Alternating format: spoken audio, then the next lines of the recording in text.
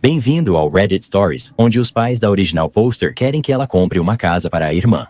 Sou o idiota por recusar ser consignatário da hipoteca da minha irmã após meus pais agirem pelas minhas costas? Sou mulher de 28 anos e venho economizando muito para comprar minha casa há anos. Trabalho com software, sou cuidadosa com meu dinheiro. Não levo vida luxuosa, mas ganho bem e me orgulho do que conquistei. Uma entrada para uma casa não é algo que simplesmente aparece do dia para a noite. Você se esforça, faz orçamento, deixa de viajar e foca até se aproximar desse objetivo. Quando meus pais me ligaram sobre uma casa perto deles com boas notícias, pensei que era algo que queriam que eu visse, mas estava enganado. Eles já tinham feito uma oferta, mas para minha irmã mais nova, e sem nem me contar. Minha irmã, de 25 anos, ainda faz pós-graduação, tem pouco ou nenhum crédito, quase nenhuma economia e ainda não conseguiu um emprego de verdade. Meus pais acharam uma casinha fofa perto da casa deles e decidiram que seria perfeita para ela. Eles entraram direto no processo, confiantes de que o banco aprovaria, já que planejavam que eu fosse o fiador do empréstimo. Quando me contaram, fiquei sem palavras e minha mãe disse: "Você tem o melhor score de crédito, querido. Isso vai ser fácil, é só você assinar os papéis e sua irmã pode cuidar dos pagamentos." Aí meu pai acrescentou: "Talvez a gente precise que você ajude um pouco com a entrada, mas vai dar tudo certo." Nem consegui falar. No início, estavam falando sério e fizeram uma oferta sem me consultar. Agora esperavam que eu colocasse meu nome e finanças em algo com que nem concordei. E aqui está o problema. Se eu for o fiador, aquela hipoteca passa a ser minha responsabilidade. Se minha irmã não puder pagar, o banco vem atrás de mim.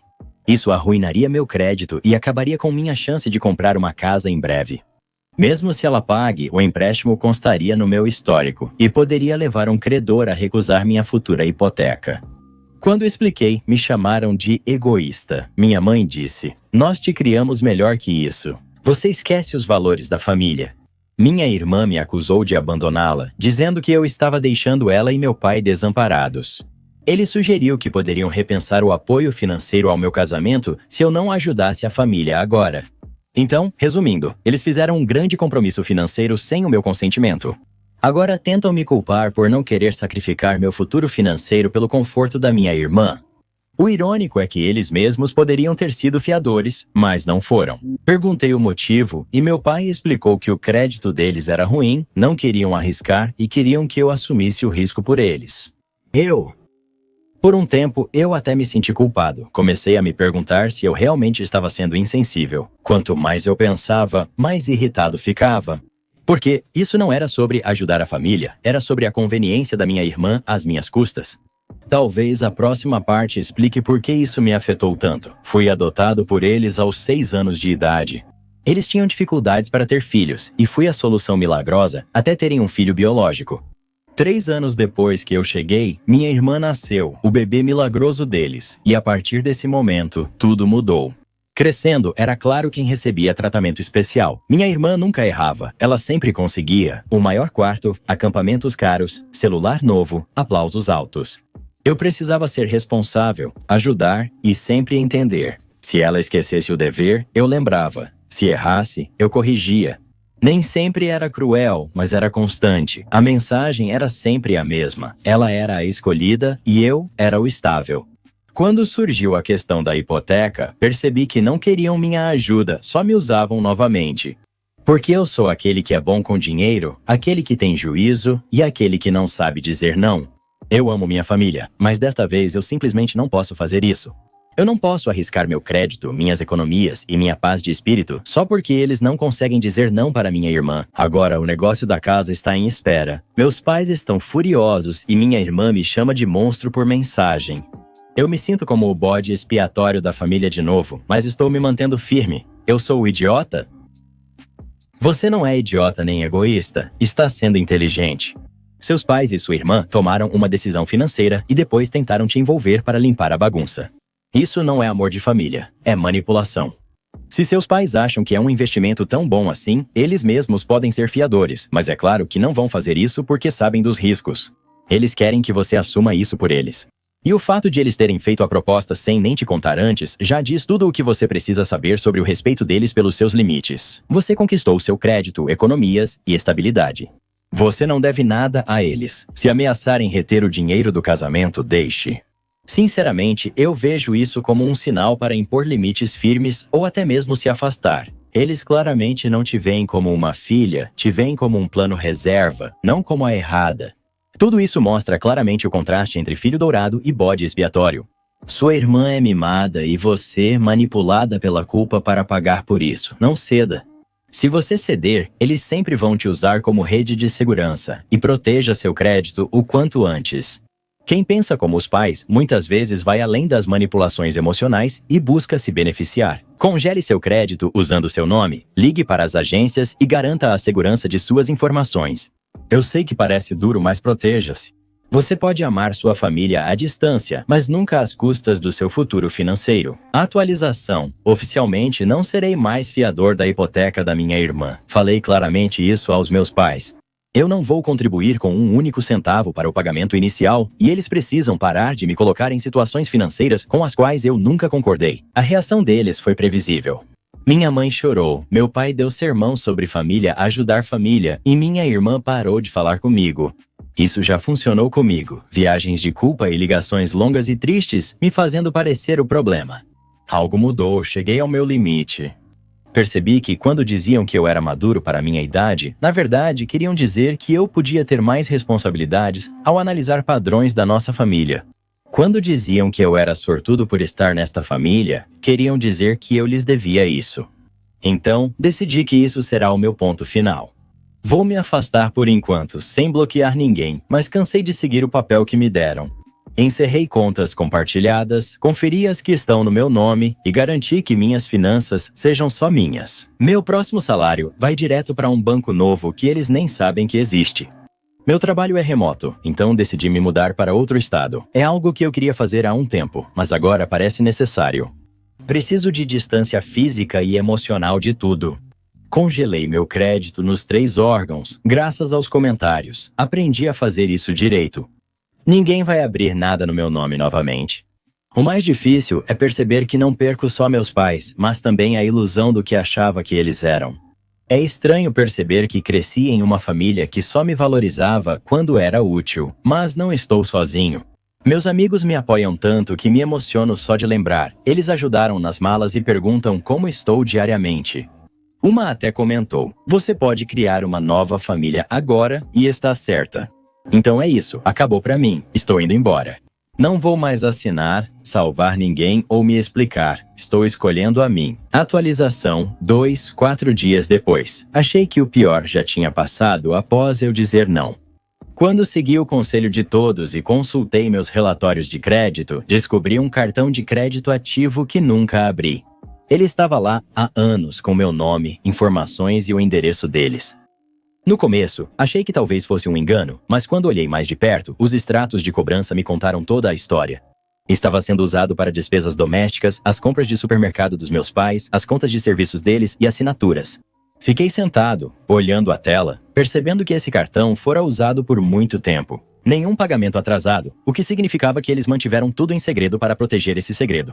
De repente, fez sentido para mim porque eles estavam tão confiantes de que eu assinaria junto na cabeça deles. Meu crédito já estava incluso no plano financeiro deles. Perguntei diretamente o que era esse cartão. Minha mãe disse, só usamos para assuntos da família. Meu pai completou, você também se beneficiou. Eu ri alto ao ler isso. Como eu não morava em casa há anos, não me beneficiei das compras deles nem da televisão nova. Naquele instante, tudo fez sentido. Era roubo. Meus pais usaram meu nome e crédito como carteira reserva, então fiz algumas ligações. Conversei com a administradora do cartão e depois com um advogado. Comecei a documentar tudo, capturas de tela, e-mails, mensagens de texto. Não queria agir drasticamente, mas precisava estar pronto se piorasse. Eu me sentia vazio emocionalmente. Há algo especialmente doloroso em perceber que você precisa se proteger dos próprios pais. Passei o fim de semana na casa de um amigo para sair da cidade. Meus amigos me ajudaram a superar tudo aos poucos. Fizemos uma lista de tarefas, contestar as cobranças, fechar a conta, proteger meu cadastro de pessoas físicas, configurar alertas de fraude, me mudar o mais rápido possível. Curioso, nem chorei, só fiquei esgotado. Como se a parte de mim que ainda tinha esperança de que eles mudassem finalmente tivesse se calado. Então é aí que estou agora, lidando com o roubo de identidade pela minha própria família, tentando descobrir os próximos passos legais e me preparando para recomeçar. Atualização 3. 10 meses depois, pensei que esse capítulo já tinha acabado. Me mudei de estado, troquei de endereço, abri contas novas, congelei meu crédito e arrumei emprego novo. Eu achava que a distância me protegeria, mas esta semana recebi uma carta do cartório do condado. Tratava-se de uma escritura de fideicomisso recém-registrada. Meu nome estava lá, assim como meu endereço atual, que só algumas pessoas tinham. Abri o arquivo e lá estava meu nome completo legal. Constava como co-signatário em um empréstimo imobiliário e uma assinatura que supostamente era minha. Era a mesma casa da minha irmã. Pensei que fosse erro de digitação, mas ao ver o registro completo, estava tudo certo. Os documentos do empréstimo, a autenticação, tudo era falsificado. Eu nem estava no mesmo estado, quando disseram que eu assinei. Liguei para o departamento de fraude do credor e solicitei o registro de auditoria de assinatura eletrônica e o IP usado na minha assinatura. A rede Wi-Fi dos meus pais. Chocante, eu sei. Depois, enviei um e-mail à Tabelian pedindo esclarecimentos e ela respondeu. E essa parte ainda me deixa furioso. Ela me viu pelo FaceTime e confirmou minha identidade a partir de uma foto que minha mãe tinha fornecido. Ela admitiu isso por escrito. Agora, isso não é um mal-entendido, isso é um crime. Registrei um boletim de ocorrência por roubo de identidade e falsificação. Anexei a escritura com assinatura falsa, a confissão do tabelião, registros de IP e provas. Eu estava em outro estado. Preenchi declaração de roubo de identidade na Federal Trade Commission, denunciei a Comissão Estadual de Tabeliães e contratei advogado. Meu advogado disse, isso não foi apenas fraude, mas um engano deliberado e coordenado. Usaram minhas informações de novo, achando que eu não saberia. Enviei uma carta de cessar e desistir aos meus pais pelo meu advogado. O contato será só por e-mail a partir de agora, sem ligações, visitas ou emergências familiares inventadas. Deixei claro que não darei tempo para resolverem isso em silêncio, nem vou protegê-los para que minha irmã fique com a casa. Se tudo desmoronar, a culpa é deles. Construíram isso sobre mentiras e se cair, é consequência deles. Ouço sempre as pessoas dizendo, mas ela vai perder a casa. Minha resposta é simples. Se o seu teto depende de um comutário forjado, você nunca teve uma casa. Você tinha uma contagem. O que seus pais fizeram não é só má criação, é roubo de identidade em nível de crime. Você lidou com isso muito bem. Você se protegeu, reuniu provas e seguiu todos os caminhos legais. Não recue. Eles escolheram queimar essa ponte, e sua frase sobre a casa foi perfeita. Essa família construiu a vida deles em cima de uma mentira, e agora eles vão ter que lidar com as consequências. Você fez tudo certo. Fique firme e guarde cada recibo. Imagine descobrir que seus pais não só te fizeram sentir culpa, mas também colocaram uma casa em seu nome. Isso não é ser pai ou mãe. Isso é roubo qualificado. Versão família. Sou babaca por excluir um dos filhos do meu irmão de uma viagem e levar os outros? Eu, 35 anos, mulher, moro e trabalho no exterior agora, mas sou do meio oeste. Meu irmão Jason, que tem 43 anos, e eu crescemos em uma cidade pequena e de classe trabalhadora, onde as pessoas não tinham muito. Mas sempre tivemos o que precisávamos. Nossos pais, já na casa dos 70, fizeram o possível por nós e logo aprendemos a ser engenhosos. Jason se casou logo após o ensino médio com Tiffany, de 40 anos, que na época era aquele tipo de garota. As pessoas perceberam?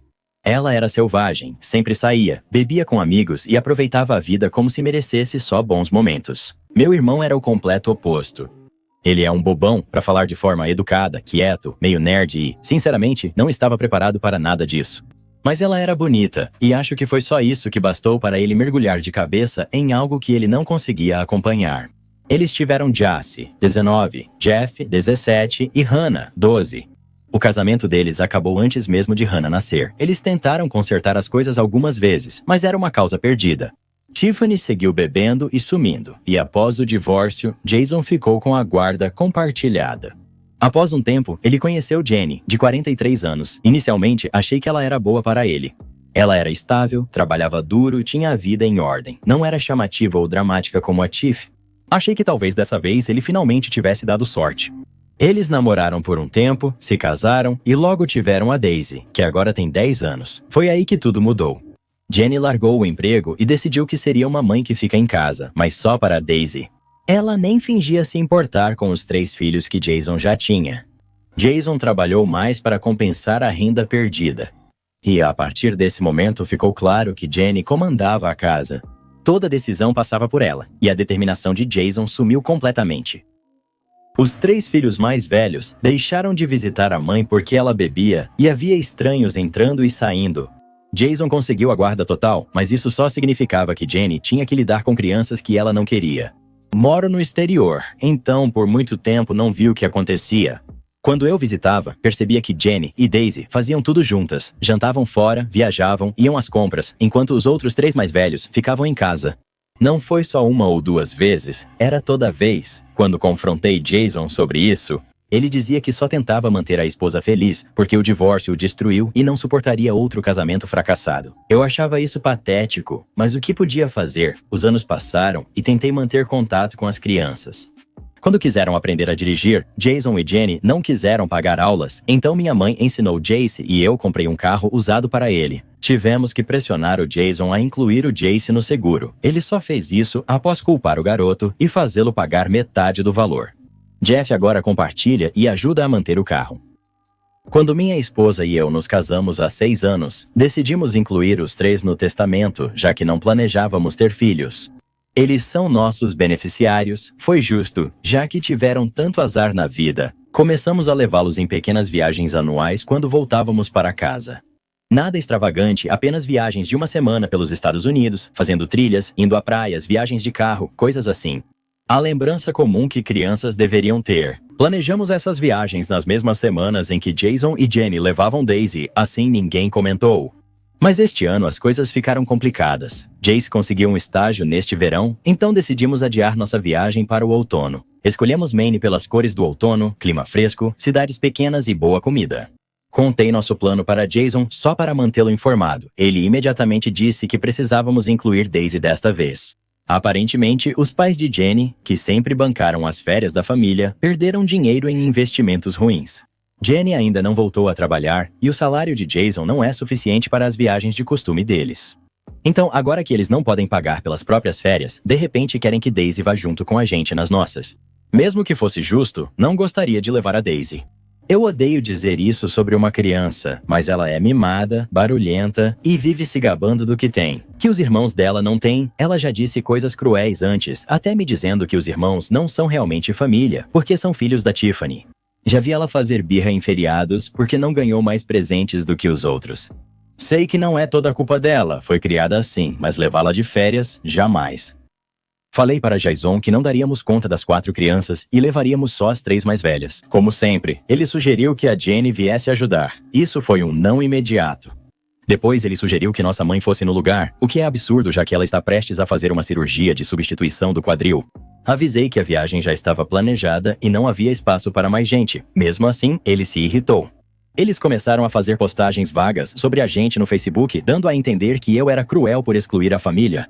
Os amigos deles e até alguns parentes ficaram do lado deles, sem saber da história, mas minha mãe e meu pai me disseram para manter minha posição. Só hesitei por algo que minha esposa disse. Ela perguntou se estávamos fazendo como a Jenny, escolhendo favoritos. Ela disse que a família é minha e a decisão é minha, mas queria que eu pensasse sobre o que isso ensina para as crianças. Isso me pegou porque ela tem razão. Daisy não pediu para ser assim. Ela só tem 10 anos e se eu levar, a Jenny vai usar isso como prova de que está certa. Vou ficar preso lidando com o comportamento dela por 1 semana inteira, enquanto a Jenny vai poder se gabar de que a titia está pagando tudo. Então, estou dividido. Parte de mim se sente cruel por deixar a Daisy de fora, mas outra parte sente que isso é uma questão de limites. O Jason e a Jenny que causaram essa confusão, não eu. Seria ruim da minha parte levar só os 3 mais velhos? Não estou errada. Esse dinheiro e essas férias são para as crianças negligenciadas, não um prêmio para a meia-irmã mimada. Você assumiu responsabilidades que os pais deles já deveriam ter tido. Você não está excluindo a Daisy por maldade, mas para manter a viagem justa e pacífica. Se Jason e Jenny se importassem tanto com igualdade, eles não teriam passado anos excluindo os filhos mais velhos de tudo. Não é sua responsabilidade consertar isso. Você não criou a Daisy para agir assim. Quando ela for mais velha e entender justiça e bondade, talvez haja chance de relacionamento. Agora, você não a pune, apenas protege sua paz. E sinceramente, Jason parece que já se desligou emocionalmente. Como pai, você não pode salvar alguém que se recusa a defender os próprios filhos. Atualização. Não imaginei que as coisas fossem explodir assim. Após o post, pensei que Jason aceitaria ou pediria a Jenny para esquecer discretamente. Eles fizeram disso um grande espetáculo familiar. Jenny voltou ao Facebook com outra postagem vaga sobre como é doloroso quando a família trata crianças inocentes injustamente. Amigos dela encheram os comentários com frases como "Você é uma mãe tão boa" e alguns não entendem o que é família. Enquanto isso, ela e Jason nunca me ligaram diretamente. Na semana passada, uma noite, recebi uma ligação do telefone do Jason. Mas ao atender, ouvi Daisy chorando, mal conseguia falar. Ela dizia que estava arrependida, que ia se comportar, que não seria mais malcriada, e perguntou se podia, por favor, ir na viagem. Ela repetia que não era uma criança má e ia provar. Isso me abalou muito. Ela tem 10 anos, e mesmo mimada, nenhuma criança merece se sentir assim. Tentei acalmá-la, dizendo que não era má e que as tias a amavam, que isso não tinha relação com ela. Antes que eu terminasse, Jason tomou o telefone e disse: "Viu o que você fez?" e desligou. Na manhã seguinte, vi outra postagem no Facebook sobre pessoas que gostam de ouvir crianças chorando. Fiquei furioso, mas não respondi. Eu não queria alimentar o drama deles. Entrei em contato com minha mãe e meus sobrinhos para saber o que estava acontecendo. Jason e Jenny disseram a Daisy que, se ela não fosse na viagem, era porque havia se comportado mal e estragado tudo para si mesma. Minha mãe me disse que Daisy estava chorando há dias. Comecei a investigar mais porque algo não estava batendo. Acontece que a situação financeira de Jason e Jenny é pior do que eu pensava. Os pais de Jenny pagavam quase tudo, a escola particular da Daisy, férias e parte da hipoteca deles. Mas agora esse dinheiro acabou, pelo visto. Disseram a Daisy que ela precisava escolher entre escola e férias. Ela escolheu a escola. Agora não podem pagar nenhum dos dois. É horrível, mas isso explica o desespero deles para que eu fique com ela. Segundo Jeff, a situação em casa está tensa. A Jenny passa a maior parte do tempo trancada no quarto, o Jason está constantemente no trabalho e a casa funciona no piloto automático. Ele disse que a Hannah ficou com a melhor amiga o verão inteiro para evitar o caos. O estágio ocupou Jace, e Jeff trabalha meio período para juntar dinheiro para a faculdade. Os três aguentam firme, mas estão visivelmente exaustos. Mesmo assim, Jason e Jenny ainda se consideram vítimas. Só para constar. Não odeio Daisy, ela é uma criança. Pode ser doce, engraçada e atenciosa quando não está sob a influência dos pais. Mas só de pensar em lidar com Jenny, mesmo que por um segundo, já me dá arrepios. Se eu ficar com Daisy, Jenny vai fazer tudo girar em torno dela. Ela vai distorcer tudo para provar que eu mudei de ideia ou percebi meu erro. Eu ainda vou fazer a viagem com os três mais velhos. Eles mereceram isso. Eles merecem uma semana em que não precisem lidar com o caos dos pais.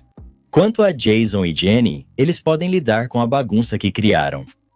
A atualização 2. As coisas pioraram e ficaram mais estranhas. Como mencionei antes, Jenny continua com aquelas postagens vagas. Uma prima dela me procurou do nada. Mal lembro dessa mulher.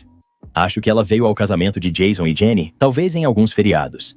Ela me disse que precisava conversar, então marcamos um horário para uma chamada de vídeo. Já que estou do outro lado do mundo e os fusos horários são um pesadelo, ela começa me dizendo que Jenny e Jason, na verdade, não perderam dinheiro. Eles contaram para todos, mas os pais dela não ficaram falidos, só cortaram sua mesada. Jenny mentiu para todos, inclusive meus pais, dizendo que os pais dela estavam com dificuldades e não podiam mais ajudar.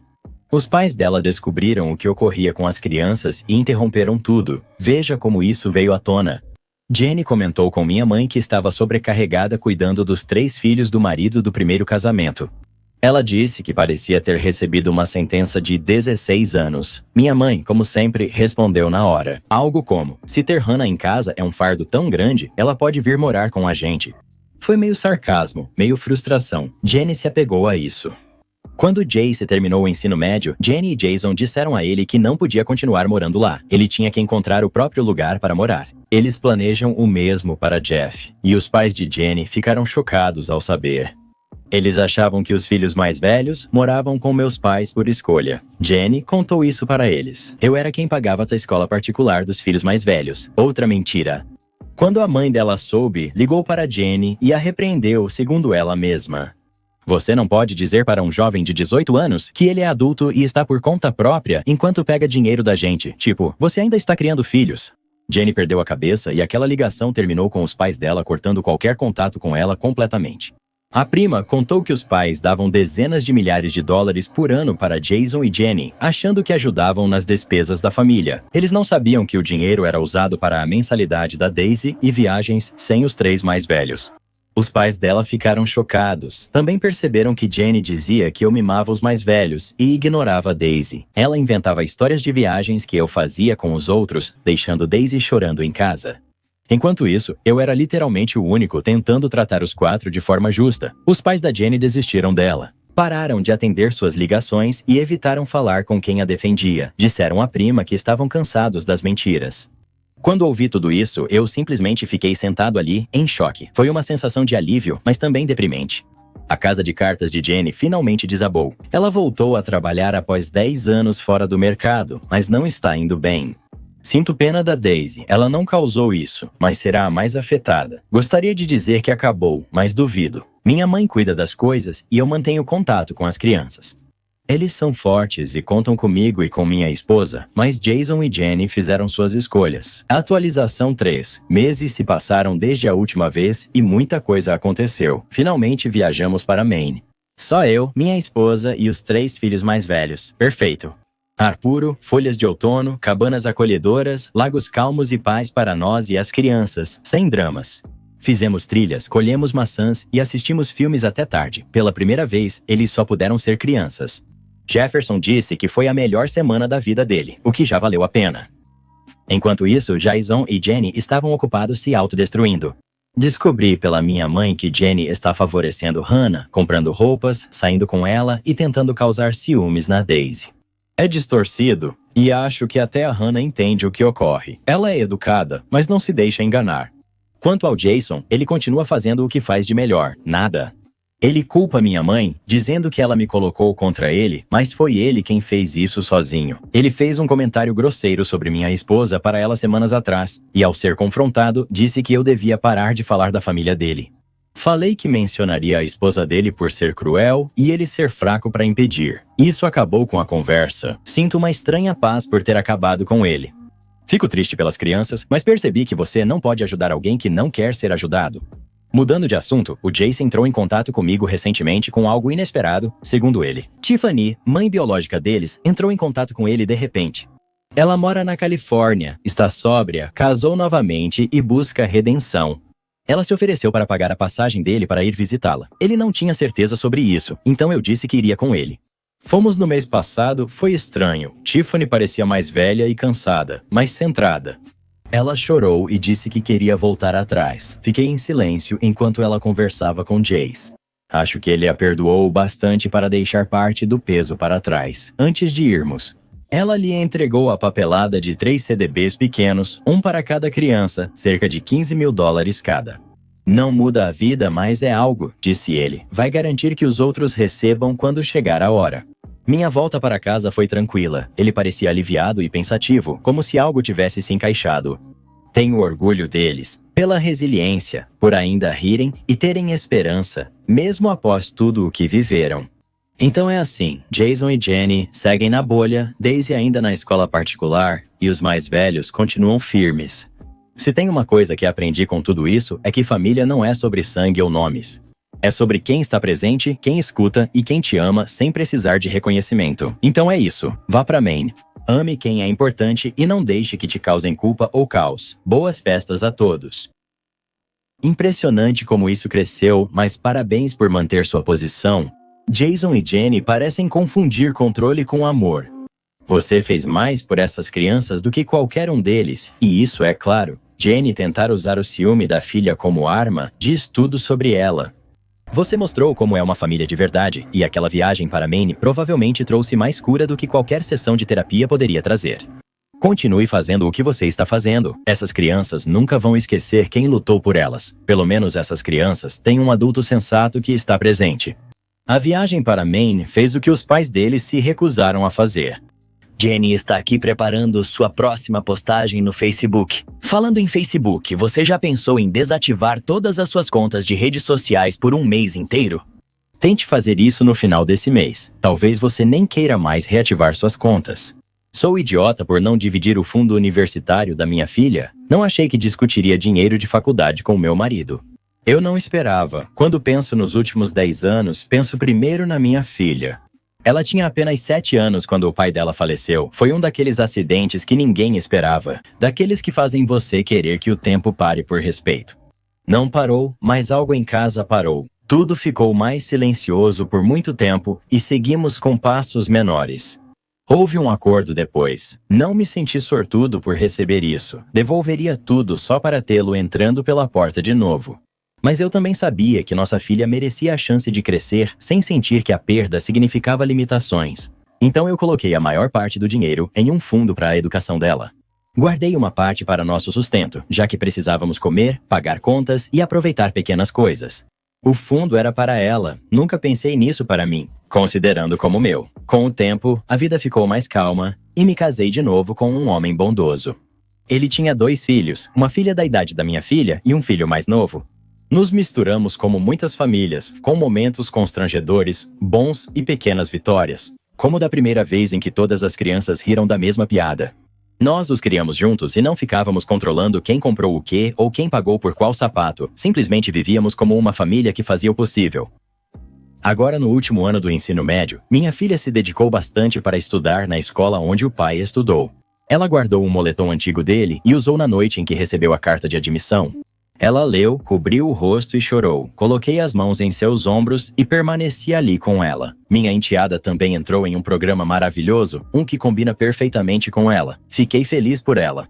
Eu também a vi crescer. Não tenho menos carinho por ela só porque ela não veio de mim. Então veio a conversa sobre dinheiro. Meu marido sentou-se à minha frente na mesa da cozinha à noite. Ele disse que a filha precisaria de empréstimos, a menos que agíssemos. Falei que poderíamos ajudar, mas ela talvez precisasse mesmo. Não é incomum. Eu também tive empréstimos, muita gente tem. Ele me olhou de um jeito que deixou meus ombros tensos. Ele achou justo dividir o fundo fiduciário da minha filha entre as 3 crianças. Assim, as meninas poderiam estudar sem dívidas e o filho dele também teria algo reservado para a vida adulta. Eu perguntei se ele estava falando sério e ele disse, claro, eles são todos irmãos e nós os criamos juntos. Devemos tratá-los igualmente. Eu disse a ele que o fundo não era meu para dividir. Veio da morte do pai dela e é a coisa mais próxima que ela tem dele, além de fotos e histórias. Era para o futuro dela, não para redistribuirmos. Ele me acusou de ensiná-la a ser egoísta. Ele disse que eu estava escolhendo ela em vez dos outros e que eu não devia ver os filhos dele como meus. Não alterei o tom, só expliquei que minha filha se formou sem dívidas porque o pai dela faleceu jovem. Os filhos dele ainda têm ambos os pais. Não pagaram o mesmo preço. Isso não é igualdade, e sim ignorar o que ela perdeu. Ele não gostou da resposta e eu detestei a conversa. Não perguntei isso para minha filha. Eu não quero que ela sinta que precisa dizer sim para sacrificar algo tão profundamente ligado ao luto, só para manter a paz em casa. Não vou fazer isso com ela. Só quero saber se estou errado em impor esse limite. Porque quanto mais eu defendo o direito dela de ficar com o que era destinado a ela, mais eu sinto que estou sendo visto como o vilão. Eu não me vejo assim. Eu me vejo como uma mãe tentando fazer o certo pela filha que teve, com um homem que não está aqui para se defender. E não consigo me livrar da sensação de que sou o único na casa que lembra disso. Você não está errado. Sua filha não ganhou na loteria, ela perdeu o pai. O dinheiro não é um bem comum, não são economias da família, é uma parte dele. O fato de seu marido achar que ela deveria entregar esse dinheiro para facilitar a vida dos filhos dele mostra exatamente como ele vê a situação. Ele não está lutando por justiça, ele está lutando para evitar encarar a realidade de que não economizou o suficiente para os próprios filhos. Essa é a responsabilidade dele, não da sua filha. Seu marido não só pediu dinheiro, ele colocou sua recusa como egoísmo. Isso é manipulador. Se ele visse as 3 crianças como iguais, buscaria apoiá-las por conta própria. Não faça sua filha pagar o preço. Mantenha o fundo preservado. Proteja-a de ser manipulada pela culpa a renunciar ao que perdeu. Atualização. Meu marido tentou conversar com minha filha sobre o fundo enquanto eu estava no trabalho. Ele disse que compartilhar tornaria todos iguais e que os outros ficariam ressentidos se ela não fizesse. Era a coisa certa a fazer. Ela veio falar comigo depois, não chorava, mas dava para ver o quanto estava chateada. Senti algo pesado dentro de mim, imóvel como uma porta fechando. Perguntei o que ela queria fazer. Ela disse que não queria doar o dinheiro porque parecia ser uma das últimas coisas que o pai dela tinha dado para ela. Ela perguntou se isso a tornava errada. Eu disse que não. Meu casamento não sobreviveu. O que aconteceu depois? Eu não podia ficar com alguém que agiu pelas minhas costas e tentou fazer minha filha se sentir culpada para conseguir acesso a algo que nunca foi dele. Eu não gritei, não xinguei ele, só pedi a separação. Foi estranhamente calmo. O divórcio foi finalizado neste verão. Eu me mudei para uma nova cidade, novo emprego, nova casa. Por enquanto, tudo parece vazio e estranho, mas estou reaprendendo a valorizar o silêncio. Minha filha está no 3º ano na escola do pai. Ela vai cursar direito. Acho que o pai dela ficaria orgulhoso. Eu já estou orgulhoso por nós dois. Desde a separação, não falo com minha ex-enteada. Entendo que seja difícil para ela e não a culpo. O mais novo me manda mensagens às vezes. Ele é muito gentil e manda fotos do cachorro. Essa parte dói de um jeito suave. Mas tenho certeza de uma coisa. Eu protegi minha filha e, como mãe dela, esse era o meu dever. Esta será minha última atualização. Obrigado, abraço e fiquem bem. Você honrou o pai da sua filha quando ele já não podia. Isso é o amor maduro, silencioso e constante. Você não escolheu sua filha sobre ninguém. Você escolheu não deixar que outra pessoa diminuísse a perda dela para tornar a vida mais conveniente para os outros. A filha ficou com o presente do pai, entrou na escola dos sonhos e construiu seu futuro. E o ex-marido aprendeu. Ser uma família aqui não obriga sua filha a pagar a mensalidade dos meus filhos. Minha esposa, de 4 anos, está ensinando demais nossos filhos, que têm 2 e 4 anos, e tudo tem que ser uma experiência de aprendizado. Não, minha esposa não é professora de verdade. Nossos filhos estão crescendo e se tornando pessoinhas, o que é incrível. Nosso filho mais velho gosta de ser irmão mais velho e o mais novo cresce rápido. A vida está muito boa, exceto pelo fato de que não podemos sair de casa sem que ela transforme isso em uma grande experiência de aprendizado ou oportunidade de desenvolver alguma habilidade. Como exemplo, vamos começar com uma recente ida ao supermercado. Nosso filho mais velho, João, andava enquanto o mais novo, Bill, estava no carrinho. Tínhamos cerca de 10 itens para comprar. Seria uma ida rápida, mas minha esposa logo chamou a atenção do João. João, você pode contar quantos itens tem no carrinho? Em qual fila devemos entrar? Precisamos esperar a nossa vez? Já é a nossa vez? Olha, é a nossa vez. Ela continuou falando sem parar. Todo mundo na fila estava revirando os olhos e me olhando com simpatia. Às vezes, minha esposa deixa o Bill, que tem só 2 anos, ajudar nas tarefas ou no preparo das refeições, e é sempre a mesma história, Bill. Isso é uma colher. Isso é uma faca, isso se chama concha, e é assim que usamos. Isto é uma xícara, estes são macarrões. Ele tem 2 anos, tudo é ensinado até a exaustão. Na noite seguinte, caminhamos e um gatinho cruzou a rua correndo.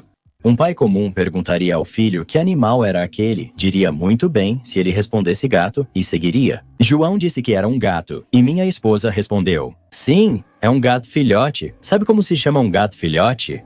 Um gato é um mamífero ou um réptil? Falei pra ela que estava começando a sentir dor de cabeça e fui pra casa mais cedo. Não foi bem uma mentira. Algo parecido aconteceu na feira.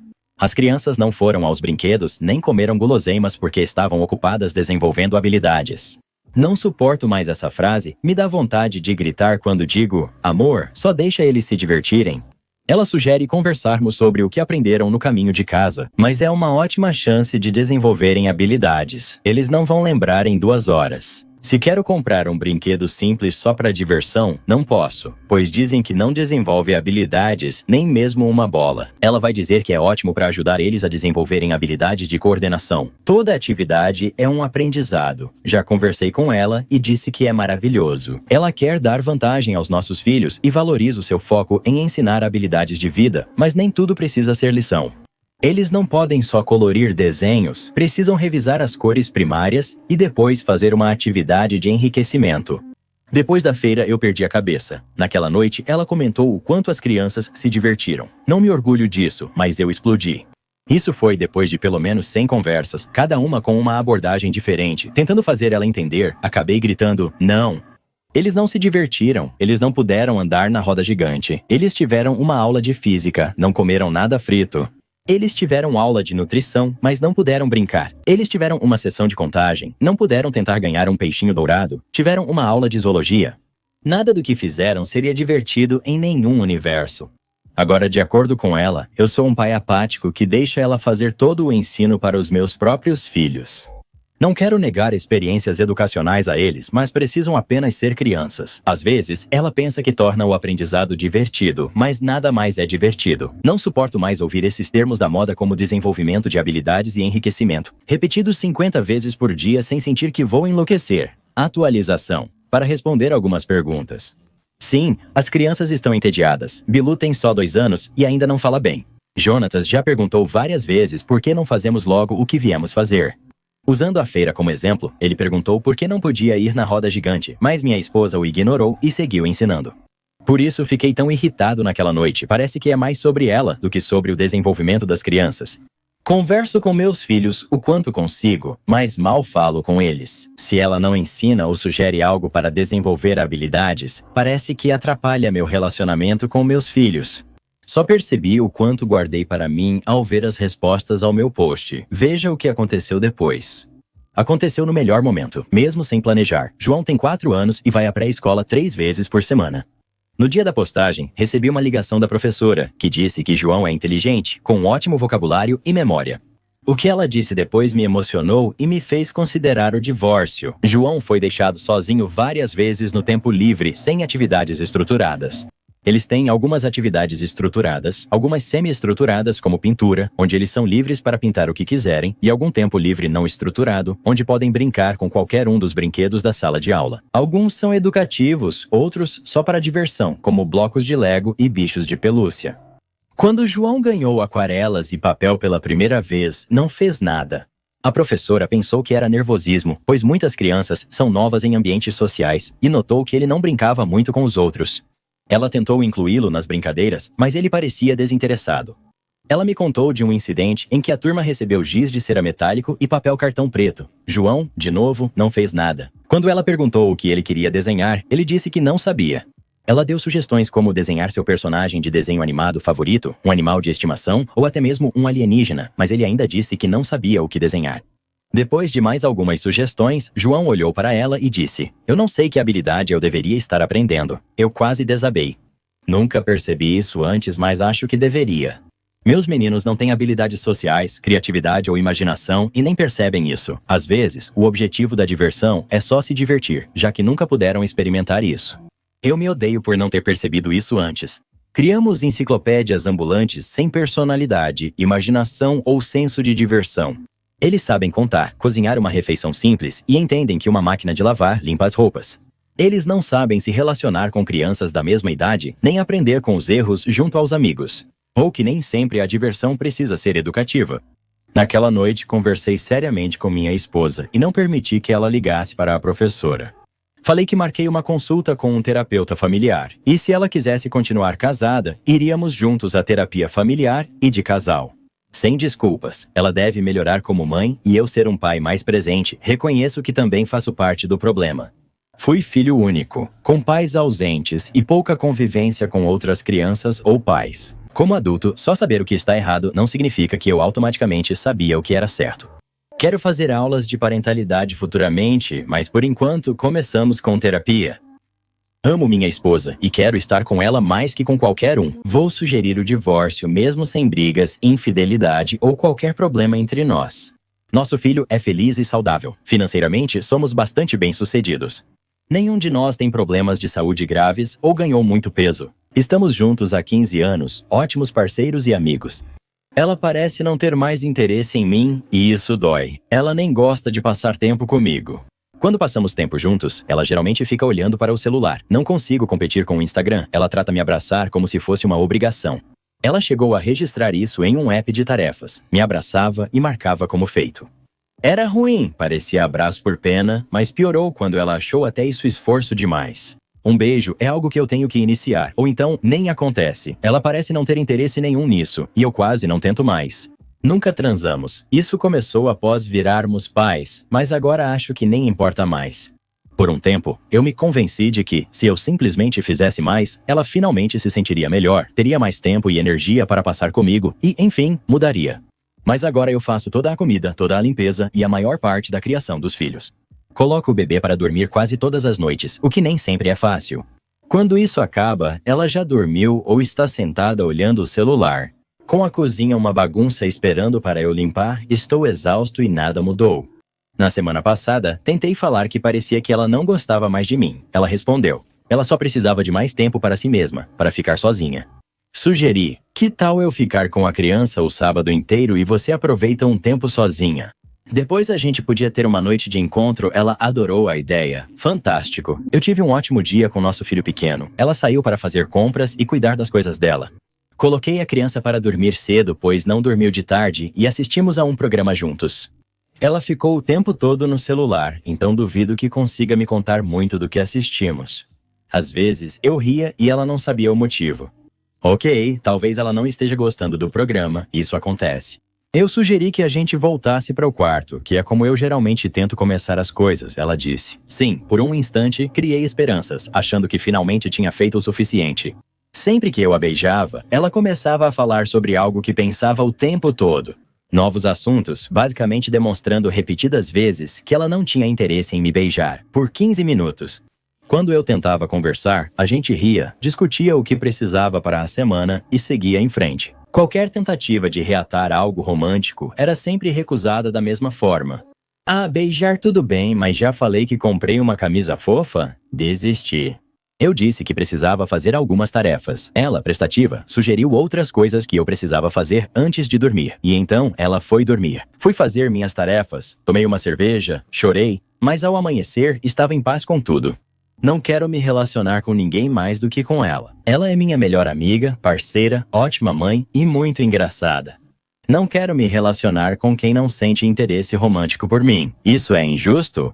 Minha necessidade não é apenas estar com alguém. Minha necessidade é estar com alguém que goste de me beijar, que queira estar comigo, alguém que não esteja entediado comigo. Eu não posso mudar o que ela sente, mas posso decidir mudar uma situação que me faz sentir péssimo e sozinho, o tempo todo. Então vou pedir para ela voltar para a terapia de casal ou para a gente se separar, e isso vai ser horrível. Não, ela não me trai. É incapaz de ser outra coisa além de brutalmente honesta, o que já causou problemas antes. Se ela estivesse saindo com outra pessoa, sinceramente acho que ela me contaria. Por mais estranho que pareça, sim, isso também é culpa minha.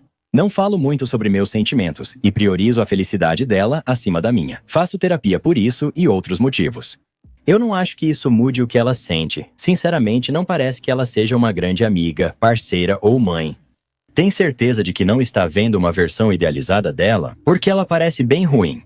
Talvez tirar os óculos cor-de-rosa te ajude a seguir em frente, Op. Manter um relacionamento por 15 anos de bons momentos não é fácil. Posso citar muitas coisas positivas que amo nela, mas nenhuma explica o que preciso desabafar agora. Estou apaixonado por ela desde que nos conhecemos. Ela é fascinante como poucas mulheres que conheci. Ela é a pessoa com quem eu mais quero estar. Ouvi minha namorada dizer que acha meu melhor amigo atraente. Minha namorada Raquel e eu, ambos com 30 anos, estamos juntos há 5 anos em um relacionamento sólido. No entanto, ontem eu acidentalmente ouvi Raquel e sua melhor amiga Emily conversando sobre a aparência do meu melhor amigo, Nick. Ele tem 32 anos, Raquel falou principalmente, descrevendo Nick como muito atraente e charmoso. Emily perguntou a Raquel por que me escolheu e não o Nick. Raquel riu, como se o Nick algum dia tivesse me escolhido. Me senti magoado, desrespeitado e irritado. Parece que, no melhor cenário, a Raquel só quer ficar com eles. Ela desrespeita nosso relacionamento e a mim. Quando a confrontei depois, Raquel pediu desculpas, mas disse que era só papo de menina que eu não devia ouvir. Ela disse que exagero e deveria focar no nosso relacionamento, então discutimos. Disse que tudo bem ter uma queda, mas não pelo meu melhor amigo, com quem saio quase todo dia. E ainda permitir que a amiga dela prejudique nosso relacionamento é errado em muitos níveis. Rachel me acusou de ser dramático, controlar o que ela diz e não confiar nela. Isso aconteceu ontem, não brigamos desde então, mas ainda há uma tensão não resolvida entre nós. Eu sou o babaca, Op em frente. Se a namorada dele queria o Nick, ela me manipulava e fazia gaslighting. Ela me fez sentir um babaca, tentando controlar o que ela sente com essa lógica distorcida. Sei que não estou explicando bem, mas ela me fez duvidar de mim sobre tudo isso. Ela tem liberdade de expressão assim como você? Responda com honestidade, sem ser babaca. Você foi claramente a segunda opção, talvez nem isso. O que fazer com isso é decisão sua. Eu repensaria o relacionamento e, se continuasse, evitaria sair com o Nick quando a namorada estivesse junto. Além disso, ela sabe que errou ao dizer isso onde você podia ouvir, e é por isso que ela está chateada por você tentar controlar o que ela fala. Você não está, ela só tenta te manipular e se sente mal por falar disso. Atualização 3 semanas depois. Após confrontá-la sobre o que ouvi, ela se fechou totalmente. Sempre que eu falava disso, ela ignorava e dizia que eu exagerava e era sensível demais. Ela me fez sentir como se o problema fosse comigo, não com ela. Foi um verdadeiro caso de manipulação psicológica. Eu conversei com Nick sobre o que aconteceu. Até ele achou estranho o comportamento da Rachel, dizendo que ela passou dos limites e que suas atitudes o deixaram desconfortável. Ao ouvir isso dele, percebi que não exagerava.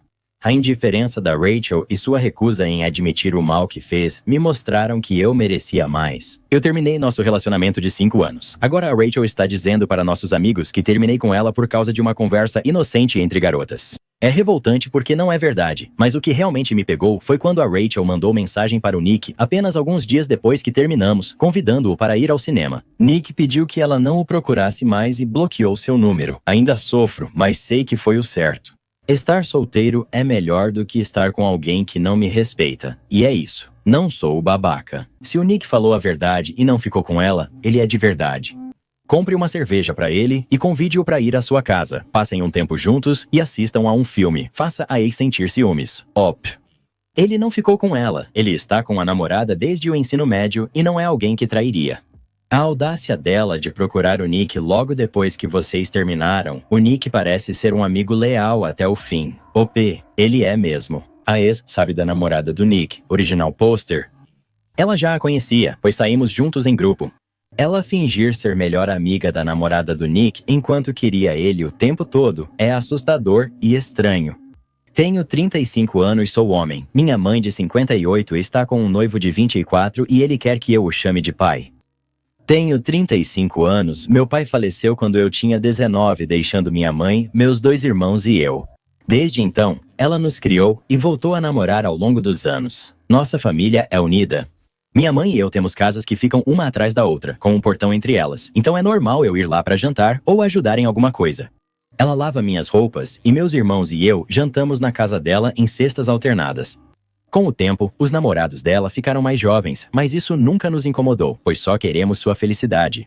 Ela sempre deixou claro que queria casar novamente e teve nosso apoio. O último cara dela, vamos chamá-lo de Felipe, é de longe o mais sério. Eles começaram a namorar em junho passado, ficaram noivos no outono e planejam casar no próximo verão. Apesar da surpresa inicial, meus irmãos e eu estamos felizes por ela. Felipe é legal e eles parecem se amar.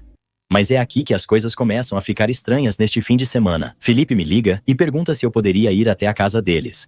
Achei que ele precisava de ajuda com algum projeto de faça você mesmo, então disse que sim. E depois do trabalho, fui até lá. Ao chegar, ele me chamou de campeão e disse que precisávamos conversar. Ele costuma nos chamar, a mim e ao meu irmão, de nomes como campeão, garoto, escoteiro, pequeno amigo, vermelho ou azul, de forma aleatória. Meu irmão tem 30 anos. Uma vez chamou minha irmã de princesa, mas ela logo cortou isso. Então ele começa a falar sobre como sempre quis ser pai e criar um filho próprio, e aí solta a bomba. Agora, eu sei que nunca poderei substituir seu pai, mas significaria o mundo pra mim se você me chamasse de pai. Eu não consegui me segurar. Eu ri, mas percebi que ele falava sério. Parecia que ia chorar e não desistiu. Ele disse que para ele, ser homem é sustentar e proteger a família. E ele queria que eu e meus irmãos fizéssemos parte dessa família. Ele disse que não queria substituir meu pai, mas estava pronto para ser uma figura paterna para mim. Enquanto isso, penso, cara, sou 10 anos mais velho que você. Não preciso de um pai, muito menos de alguém quase desconhecido. Ainda assim, fui educado e perguntei se ele falava sério. Ele ficou mais emotivo, dizendo que queria acampar comigo ou me levar a um jogo de beisebol, mesmo eu não gostando. E como ele entrou para o Lions Club este ano e queria que eu entrasse como filho dele. Para ficar ainda mais estranho, já sou Shriner, então esse discurso sobre caridade e serviço masculino não era tão importante quanto ele pensava. Eventualmente, eu disse para ele que isso estava ficando estranho demais e que eu ia para casa. Ele ficou realmente chateado, mas eu fui embora mesmo assim. Liguei para meu irmão, que achou tudo estranho. No dia seguinte, minha mãe me ligou. Ela disse que Phil estava muito chateado e até deprimido. Falei que se ele estava envergonhado, não precisava. Entendi que ele só estava animado com o casamento e que riríamos disso depois como uma história engraçada. Ela disse que ele não estava chateado por vergonha, mas magoado por ter aberto o coração e sentir que foi rejeitado por mim. Ela admitiu que era estranho, mas disse que era a forma dele provar ser homem. Fiquei irritado e falei isso a ela. Não é meu trabalho validar a masculinidade dele, e chamar-me de filho não o torna um homem. Isso só fez ele parecer meio estranho. Ela não gostou disso, e terminamos a ligação de forma tensa. Ela ligou de volta 10 minutos depois e nós dois pedimos desculpas. Depois, ela implorou para que eu apenas aceitasse isso até que eles pudessem ter filhos próprios. Aparentemente, eles estão planejando tentar fertilização in vitro porque ela não está pronta para desistir de ser mãe. Apesar das minhas dúvidas, decidi deixar pra lá. Pensei e sei que não vou chamá-lo de pai. Meu pai é o único que preciso ou quero. Ainda quero contar isso ao Phil e à minha mãe sem causar conflito. Somos todos próximos e, como moram perto, não quero criar tensão. Algum conselho para recusar sem magoar? Com delicadeza, editando, mostrei este post para o meu irmão e ele riu tanto que quase engasgou. Ele sugeriu chamar Phil de Dr. Phil e trocar nossos apelidos para Vermelho e Azul, segunda edição. Para quem pergunta, Phil não tem acesso ao dinheiro nem aos bens da minha mãe. Ela mora de aluguel em um imóvel mobiliado e não possui recursos financeiros significativos. Então, pelo que podemos perceber, não há nenhum motivo financeiro aqui. Sua mãe é realmente estranha por namorar esse cara claramente mentalmente subdesenvolvido. Imagine ter uma casa quitada e sua filha exigir comprá-la por uma fração do valor real. É exatamente isso que acontece na nossa próxima história. Ela acabou de aparecer na sua tela, toque nela e venha ouvir. Você não vai acreditar no que acontece depois.